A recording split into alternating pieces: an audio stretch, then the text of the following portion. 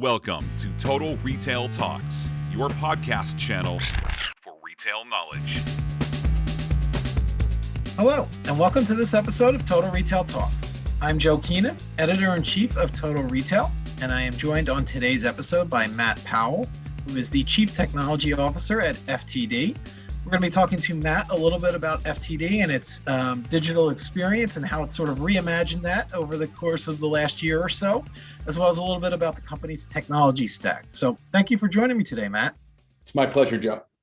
So let's talk a little bit about some of the shifts we've seen in consumer behavior over the last year plus, obviously due to the pandemic, and how that's kind of impacted FTD's business. Tell us a little bit about what you've done on your team to improve consumers' digital experiences with the brand. So I've been at FTD for just over a year. Started April 1st of 2020, about a week after FTD went shelter in place. So I have the sort of dubious fortune of running a team that I've never actually been in the room with and working at a company that I've never been in the headquarters of. And I think the big impact for us of the pandemic has just been a significant increase in demand. And I think, all e-commerce categories saw this, but particularly a business like FTD that is really about helping people, extend caring across time and space using a network of florists. There's just been a lot of demand for people who couldn't get to people that they love to use flowers as a way to communicate with them. But other than that demand, that surge, which has sort of helped fund the transformation, I don't know that a lot has changed for us in terms of the consumer expectation. I think for the most part, gifting happens at distance and sort of something that kind of naturally fits in the web. FTD, first came onto the web in the first sort of generation of the internet. And I think the big challenge we've been dealing with is the fact that since that initial foray into the internet, not much has been done to keep pace with the changing times. And so, FTD is not really a year behind. It's more like 10, in some ways, technology wise, more like 10 years behind. And that's what we've been trying to work to resolve. Just, talking about the consumer a little bit, and I know your team and yourself, you're kind of leading the experience that they're seeing and not necessarily marketing to that consumer. But what has the consumer changed at all? Is it as many, you noted kind of the demand over the last year? What are you seeing in terms of the consumer and how their behavior might have changed over the last year?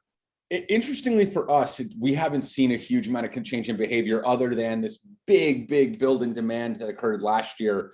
And then over the last, say, 3 months of tailing off, as things begin to normalize it at least a little bit. I think probably the bigger impact for us was the load on florists, right? So we work with a network of 9,000 local florists to bring gifts into people's homes. And for florists, things changed an awful lot, right? It's kind of a small business situation where people haven't had to think about what does it mean to kind of be out of the office. And a big part of what the pandemic drove is a need for florists to be able to run their businesses from anywhere. And so that created a lot of pressure for us. That's accelerated move to the cloud and things like that for the florist end of our business. But consumers, like I said, it was more this, incredible refocusing on flowers, in the early pandemic, and then this tailing off that's occurred now. Although I guess anecdotally, one little thing that was interesting is Easter has been a smaller and smaller holiday for FTD over the last, 10, 15 years. Last year, and then this year to a certain extent, some of our biggest Easters in history, just again, as people use flowers as a way to show caring across distance. Yeah, and I guess that makes sense. As families didn't get together in many cases in the larger groups that they would have for Easter, maybe sending flowers as kind of as a caring thought gesture. It makes sense that you've seen sort of that uptick on that holiday in particular. I want to dive into a little bit about the role that technology has played and will continue to play. You mentioned you're sort of playing catch up, and you're about a year into the role, and just kind of getting the technology systems up to date and sort of positioning the brand FTD for this digital evolution that we're seeing across the industry, but also within its own business as well. Yeah. So FTD for me is and always has been a technology company, but for a long time it forgot that. The T in FTD is actually telegraph. That's where it comes from. FTD was started in 1910 by 13 florists across the country who got together, agreed to put telegraphs in each of their businesses, and allowed people to, for the first time, send gifts that way across time and space. And then, decades passed, and that truth got lost. And so a big part of what we've been focused on is, both on behalf of our florist users and on behalf of our customers, is kind of playing technology catch up. And what that means is everything from, reimagining how we run our e-commerce platforms to provide more digital wallets and more installment plans and better experience, installment payment options and better user experiences. And then also fundamentally reinventing the way that our network operates, the way the point of sale SaaS products that we sell operate, to try to keep up. And so I think that, the challenge for FTD a little bit is, and this I guess is true for lots and lots of generation one internet businesses, is competition comes from new places now, for the attention of the customer. And so from a tech standpoint, it becomes critical that we, not only help service the demand that arrives at our sites, but really create value, because consumers do have so many choices today, right? It's, you're not just competing with other flower companies like the wire services, the 1-800-Flowers and the Teleflors of the world. You're competing with venture-backed startups like the Books and Urban Stems. And you're also competing with folks like Amazon, who continue to get more aggressive about local, the rideshare companies, the food delivery companies, all of whom are trying to figure out, what all of the parts of local can mean for them. And for us, we intend to win gifting, because we believe that we do something that's really important for the consumer in terms of allowing them to send highly curated gifts to people all over the country, all over the world. And for small businesses, that actually allows them to participate in kind of, the internet future. Like, we really are a demand aggregator, an internet scale demand aggregator that feeds a constellation of small businesses. And so for me, we play this very important role, not only in giving customers something that's more interesting, but actually in kind of dealing small businesses into the internet future so they have a seat at the table. Yeah, that's a great point in terms of the small business, that small florist that might be in the local community, getting them online and up and able to collaborate with FTD. From a technology stack perspective, I know that we were going to talk a little bit about that. How do you evaluate, kind of what is core to the company's short-term objectives? We're operating in a different environment now than we were, in January of 15 months ago.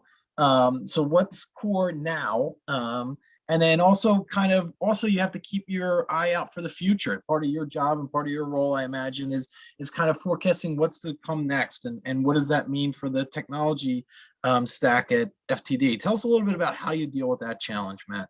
Sure. I think one of the first things is making good decisions about what to build, what to rent, what to buy. And one of the first things that we looked at differently when kind of me and the new management team came in a year ago was that part of things. We can't do everything ourselves and do it well, but we also can't kind of rent everything and expect to compete.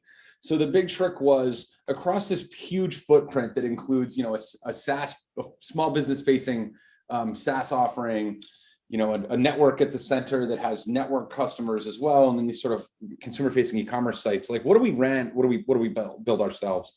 And we had a strong feeling that we were making that choice poorly before we got here. And so we were kind of rolling our own e-commerce stack end to end, which felt like a mistake, because the 80-90% of what we needed to do in that space was commodity. And conversely, we were gearing up to collaborate and to essentially rent a point of sale solution from a larger point of sale player that was going to do a customization effort with us. And we sort of flipped that, and we said, what's really important is to build proprietary solutions where we know the customer better, where we know the user's needs better, where we can create real competitive advantage. And then let's rent things where the best way we can create value is by stringing together a set of commodities, so that we can benefit from the R&D investment made by other partners. So part of how you and I got connected was via our partnership with Full Story, was sort of a digital experience analytics platform. Now, I don't want to build that, right? And Yeah. Frankly, the fact that they're looking at all sorts of user types and all sorts of categories means that they're innovating in ways that we'd never be able to keep up. There's a ton of venture investment behind them and our other partners.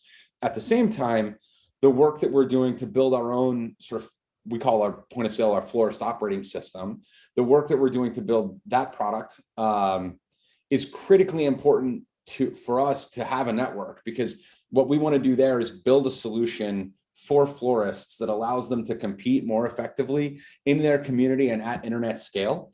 And that's not something that anybody else can kind of do for us. We need to be different than everybody else who's doing that game. Yeah, that makes a lot of sense.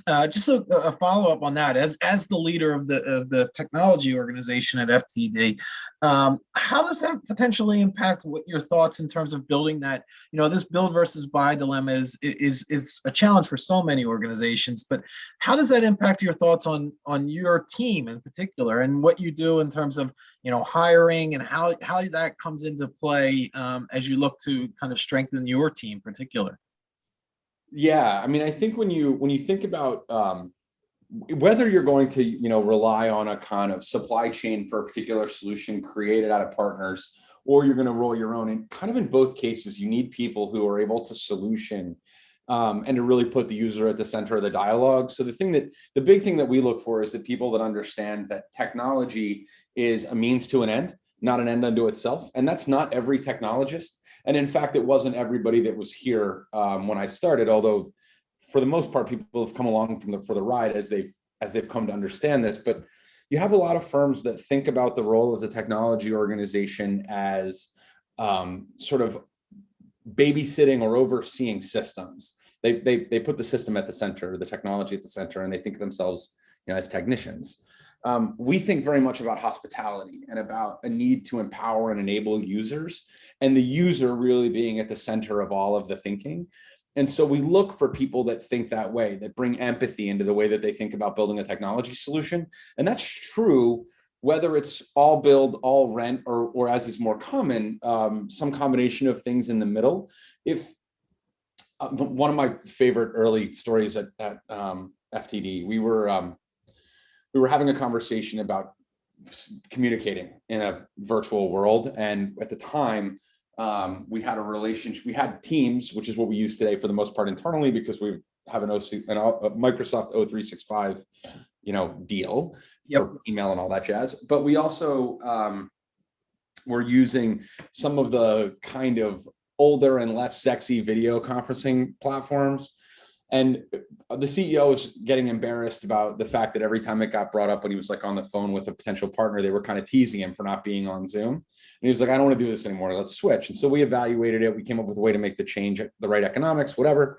The person who runs the team that's responsible for this stuff in my org was a little bit like, I don't get why we're making the change. The features are parity. And I said, right, but why do we care? The users have a strong bias towards wanting to use Zoom, and we're in the business of making users happy. So the fact that they're at parity and we can get it done for cheaper is a good thing, not a bad thing. Right. His response was, the technician in me hates that, but the young guy in me loves that. And I said, well, then you should slay the technician, because this is really about making the user happy. And that was one of a similar type of conversation that happened in a lot of areas. Yeah, I think that does a good job of illustrating that your point. And I want to stay in that same track as kind of as a leader. We talked a little bit about your team. Tell us a little bit about what you've done to motivate them. You've kind of been on this digital transformation to get them all aligned. You just mentioned that is a great example. With the company's digital technology roadmap, especially you mentioned it, you haven't even been in the same room as these people since you were hired. So I'm sure that brings its own set of inherent challenges. Tell us a little bit about, from a leadership perspective, what you're doing to motivate your team to get everybody on board. So in my experience, great people that work in technology, they really are primarily inspired, impassioned by one thing, which is the opportunity to make cool stuff. That's what people care about. And so if you can give people an environment where they can be challenged to make things that are that they find interesting, and they can do that with velocity, they're generally going to have a good time. And so for me, that's a structural act and a process act. And one of the big changes that we made when I arrived was we blew up the whole org structure of the team. So my team's a couple hundred people, and it was organized when I arrived here functionally. So, you've got your engineers in one org, you've got your UX people in another org, you've got your product people in another org, and they roll up to these functional heads. And then the problem with that is it's hard to move quickly because you need a lot of vertical input to align around a decision. Everybody's got to put their thumbprint on it. And so in my experience, that causes people to go slow. It causes incentives to get out of alignment, and it causes people to feel, further down the pyramid, like they don't have a lot of fundamental control over the things that they're making. And so we blew that up and replaced it with a flatter, domain-aligned organization that decoupled decision-making and organized people cross-functionally and aligned all of their KPIs to sort of hard business KPIs that were shared across a given team and added up to something that was like very, very visible in terms of the enterprise consolidated metrics. There's no disconnect. Mm-hmm. The outcome of that is when you go from like 5 tall pyramids to 8 flatter organizations, and you push authority to the edge, as you move a whole hell of a lot faster. And so day one of making this change, many of my leaders came to me and said, this doesn't make me happy. One guy in particular, we had this wonderful conversation. He says, I want to be the vice president of engineering. And I said, that's cool. I said, we're not going to have one of those. And he said, but that's what I want to be. And I said, well, then we're going to have to find you a new job, because that's not going to exist here. But what I want you to do is run this domain aligned org. I think you're going to enjoy it. It's bigger than the engineering team would be because it's a big org. It's cross-functional. So you're going to have UX people and product people and data people working for you. And you are going to put out more high quality product than you have ever put out in your career. And he was like, okay, I want to be the vice president of engineering. And I said, let's do this. Let's talk in 90 days.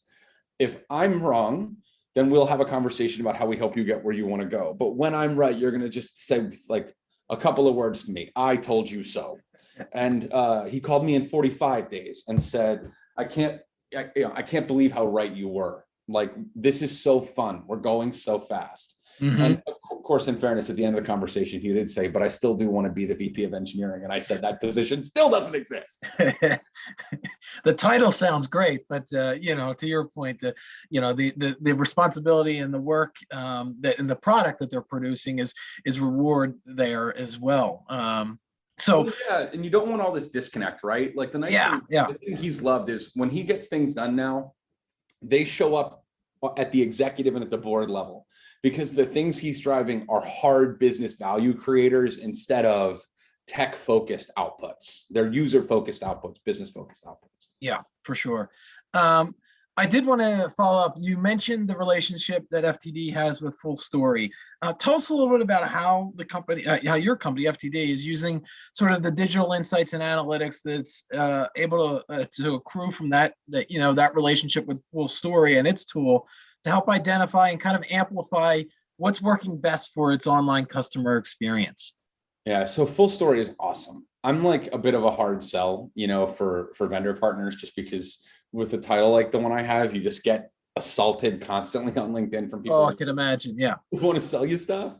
And a lot of it is relatively low value, and people don't listen very well to kind of what you need. But man, Full Story is one of those things where every week that goes by, we're more and more grateful for the decision, and we find more and more places to create value with it.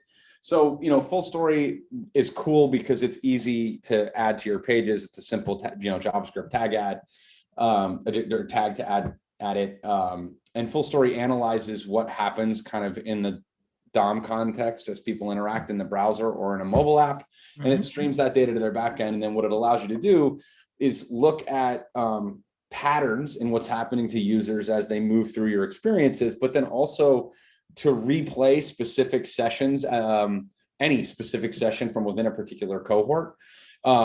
So it's really useful. So right now, as I mentioned to you when we were doing the pre-call chat, it's, we're in our biggest holiday, which is Mother's Day, and we take everything that goes wrong ridiculously seriously. There's a triage process that has intense oversight, and we don't put our pencils down on a thing until we're sure it's not broken. So member of the internal staff, not somebody in tech, reached out to me a couple of days ago and said, hey, I just got a weird error on ftd.com. What do I do? And I reminded her of the email address to notify the site reliability engineering team, and they jump into action. The first thing that they do, one of the first things they do as they're kind of looking at whether or not there's something going wrong, is they find her specific session in Full Story, which takes minutes, not hours. And they watch it. And one of the things that we were able to ascertain within about 15 minutes of her reporting it to me was the specific pattern of interaction that she did was not something that a public user could do, because it had to do with her moving in and out of our QA and production environments, and a cookie in one environment stomping on the other and causing an unexpected behavior. The net effect of that is we were able to put our pencils down after 15 minutes. If it hadn't been Full Story, we would still be looking at that 4 or 5 days later, and it would be consuming a ton of attention. Yeah. And so that's like the defense end. On the opportunity end, I mentioned earlier, we've been building a new point of sale system. That new point of sale system is called Mercury HQ. It's a brand new system. It's been in market for just a couple of weeks. It's replacing a system that's almost 20 years old. In order to get something like that right, it's critical that we understand how users who are used to this old system are using this new system. And sometimes when you plan an interface, you make 8 out of 10 decisions you get perfectly right based on expertise. But there's a couple of things you just can't anticipate. And so one of the things that we found in putting Full Story into that application was there were a couple of places where users were clicking on things in the interface that were not actually clickable, things that were not interactive. It was really obvious to tell from looking at their interaction in Full Story what they were trying to do. And we were simply able to change the interactive area in a particular widget to make it so that the widget that the user intuitively thought they should click on was in fact the thing that they could click on. And that getting to that kind of insight efficiently without something like Full Story would be very, very difficult. Yeah. And to your point, Matt, not only are you gaining these extremely valuable insights, both from I think you gave 2 great examples, one from a more of a defensive perspective where you want to fix something that's going wrong, but then 2, from an opportunistic perspective and want to enhance the experience. Not only you're gaining that insight, but you're also to do this extremely quickly. The speed to market that you're able to make these updates is critical, I would imagine, especially as you mentioned during Mother's Day, but other, not just during peak period, but, year round. Absolutely. And, it's funny, like and most of my team, they're kind of like me. They're pretty skeptical about partners and tools. Full Story consistently will add it to a new capability area because we started with it just in our e-com and we keep adding it to other things that we do. We actually have Full Story in the system that our customer service agents use in the call center even. And every time we add it, the same pattern happens, and it's almost eerie. Like I'm convinced that Full Story is like sending pizzas to my team. Somebody will raise a concern about better understanding what's happening in their application. We'll make a decision to add Full Story. Within 5 to 15 days, I get a Teams message that says, "Holy shit, I love Full Story," or some variant of that. It's almost always got an expletive, and it almost always is I expletive love Full Story. And it'll be from all different kinds of people in the org. And I've never I think we changed out 2 or 3 dozen different SaaS solutions in the year plus that I've been here. This is the only one that gets that kind of reaction. And we like all of our partners. So they really do something special in terms of helping to shorten the distance between something that happens in one of your properties and your ability to convert that into an insight you can act on. Yeah, that's certainly a resounding endorsement for the product.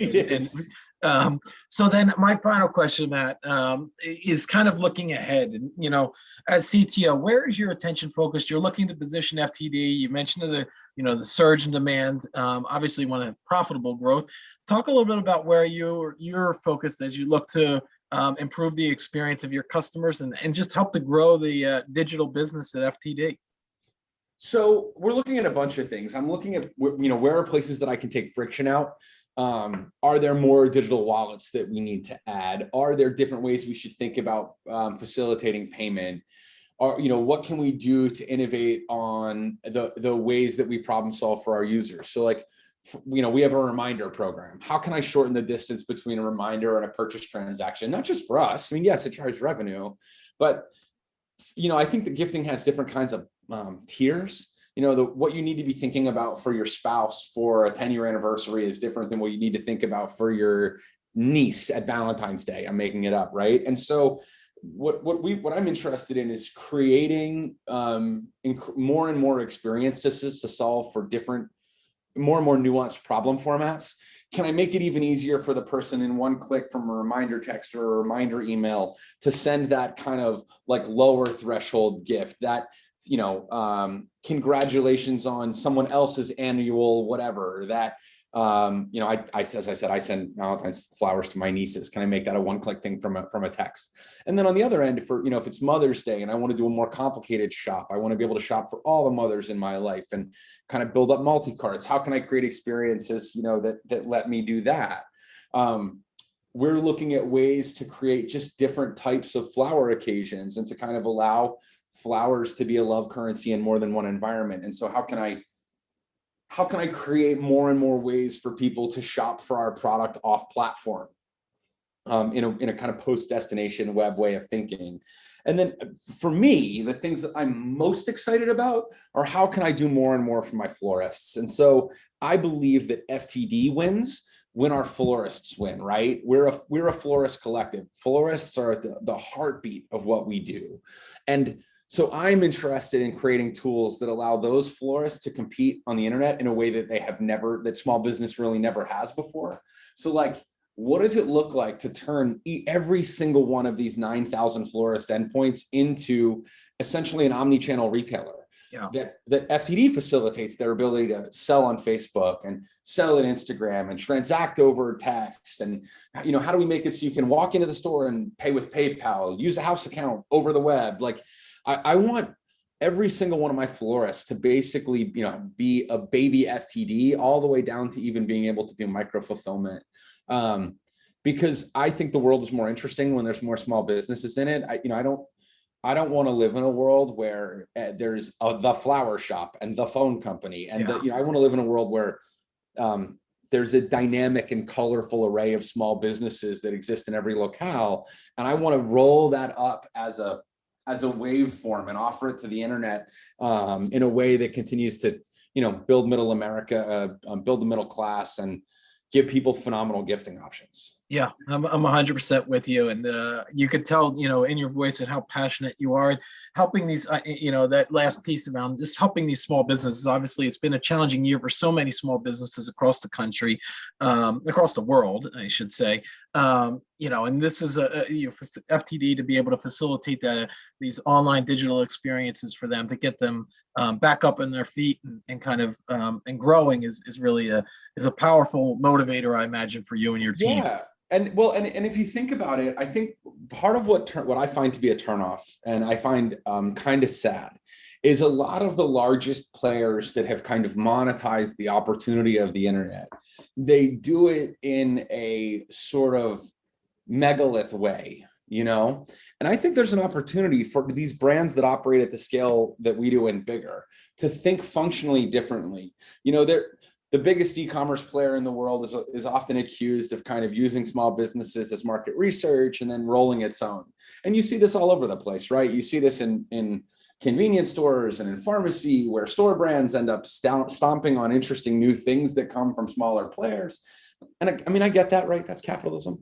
But I think that what I'm inspired by at FTD is an opportunity to create the convenience and the scale and the access that is the reason why we all go to these companies, but to do it in a way that fundamentally keeps the spice and the variety and the dynamism of that exists in a world that's sort of curated by all of these smaller players bringing those things to market. And I don't believe it has to be either or. I don't believe the world that a unicorn can exist in a way that also supports this huge ecosystem of smaller players. And in fact, I actually believe that the internet of the future is more like the one that FTD is trying to broker than one that, you know, has one large company providing for each set of services. And I'm going to do everything I can to make that true.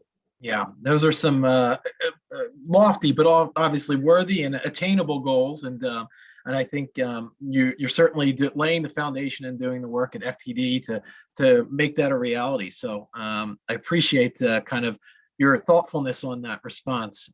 So unfortunately, we're just about out of time on this episode. So I want to take the opportunity to thank Again, Matt Powell, who is the Chief Technology Officer at FTD, for joining us on today's episode of Total Retail Talks. Thank you, Matt. Thanks very much, Joe. I enjoyed chatting with you. Thanks for listening. For more information on this podcast, please check out our podcast channel page at mytotalretail.com/podcast for show notes. Total Retail Talks is available on Apple Podcasts, Google Podcasts, Stitcher, and Spotify. Make sure to subscribe on our podcast channel page as well. If you've enjoyed this episode, please take a few moments to rate and review this podcast. Thanks, and until next time, this has been Total Retail Talks.